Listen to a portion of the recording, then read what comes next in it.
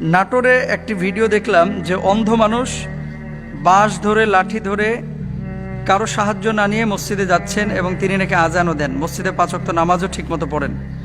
দেখে মনে হচ্ছে বয়স একেবারে কম না, শতবর্ষী হতে পারে।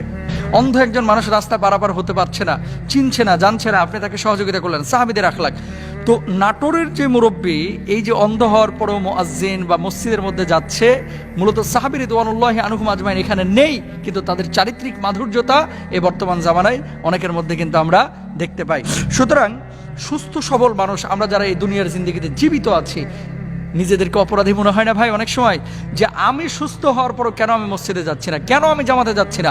আপনি ঘরে নামাজ পড়লে আপনি যে পরিমাণ সওয়াব পাবেন এর চাইতে 27 গুণ সওয়াব আল্লাহ সুবহানাহু ওয়া তাআলা জামাতে নামাজ পড়ার কারণে আপনার আমলনামায় দিবেন। আশহাদু আল্লা মুহাম্মাদার রাসূলুল্লাহ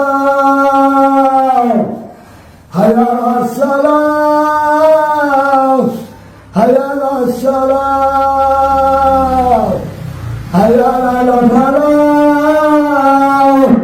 হাইয়া আলাল ফালাহ হাইয়া আলাল ফালাহ। আল্লাহু আকবার আল্লাহু আকবার লা ইলাহা ইল্লাল্লাহ। বৃদ্ধ 115 বছর বয়সী একজন বৃদ্ধ, যে অন্ধ একজন বৃদ্ধ, তিনি কিন্তু রশি ধরে ধরে মসজিদে যায় এবং 5 ওয়াক্ত নামাজ আদায় করে এবং তিনি কিন্তু নিজেই আজান দেয় এবং তিনি নিজেই ইমামতিও করে এবং সেই মসজিদের মালিকও কিন্তু তিনি নিজেই, কারণ তিনি নিজেই মসজিদটি নিজ অর্থায়নে এবং নিজের জায়গাতেই সেই মসজিদটি করে দিয়েছিল সেই মহান ব্যক্তিটি। তার সাথে আজকে আমরা সরাসরি কথা বলার সুযোগ হয়েছে, আমরা সরাসরি তার সাথে একটু কথা বলি। আসসালামু আলাইকুম। ওয়ালাইকুম আসসালাম। চাচা কেমন আছেন আপনি? আলহামদুলিল্লাহ, আল্লাহ ভালো রাখছে। আপনার কেমন আছেন? জি আলহামদুলিল্লাহ ভালো আছি। আপনার নাম কি? মোহাম্মদ আব্দুর রহমান মোল্লা। আব্দুর রহমান মোল্লা। আপনার বয়স কত হয়েছে? বয়স 115। 115 বছর। জি। আচ্ছা, আপনি 115 বছরে আপনার এই যে চোখের যে দৃষ্টিশক্তি হারিয়ে ফেলেছেন, এটা কতদিন যাবত হারিয়েছেন বা কিভাবে হারালেন? 18-19 বছর হলো। এই যে 115 বছর বয়স আপনার, আপনি যে প্রতিদিন 5 ওয়াক্ত নামাজ আদায় করতে এই রশি ধরে ধরে যান। জি। আচ্ছা, এইভাবে আপনার প্রতি 5 ওয়াক্ত আপনার যেতে কি কোনো কষ্ট হয়? না, কষ্ট হয় না। কষ্ট হয় বটে, কিন্তু কষ্ট মনে হয় না। আমি শান্তি পাই না, আমি শান্তি পাই।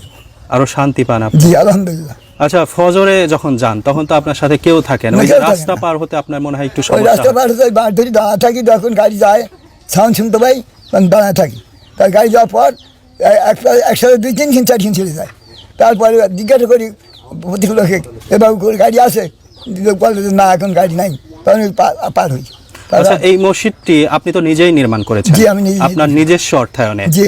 এটা আপনি কি উদ্দেশ্যে করেছিলেন? বলছিলাম যে এই আমার এই গ্রামে, আমার বাড়ি হলাম মধ্যপাড়া, উত্তরপাড়া একটা মসজিদ, খুতবা পাঠের মসজিদ আছে। ওই মসজিদে কেউ এই পাড়া থেকে নামাজ পড়তে যায় না, নামাজ পড়তে যায় না। জায়গাও আপনার, মসজিদের নির্মাণ ব্যয়ও আপনার, মসজিদের মুয়াজ্জেমও আপনি, মসজিদের ইমামও আপনি। ইমাম আমি সবসময় করি না, ওই যখন আমার ছেলে থাকে আমি আলমের কাছে পরামর্শ নিয়েছি।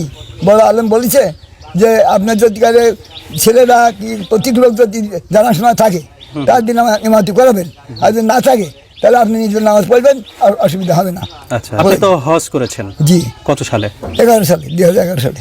আর আপনার এই যে 115 বছরের জীবদ্দশায় এখন শেষ জীবনে প্রায় চলে এসেছেন, আপনার শেষ জীবনে আপনার ইচ্ছাটা কি, যে কি করে আপনার আত্মতৃপ্তি হবে? আমার আর ইচ্ছা কোনো বড় লোক হওয়ার কোনো ধান টাকা পয়সা চাই না। আমি চাই ইমান লিদাতে আমি মৃত্যুবরণ করতে পারি, আমার ছেলের জন্য হেদায়েত হয়, নামাজি হয়, আমি আর মৃত্যুবরণ নবী রাসূলের জন্য দোয়া করতে পারে, আমাদের জন্য দোয়া করতে পারে, এই আমি চাই। আলহামদুলিল্লাহ।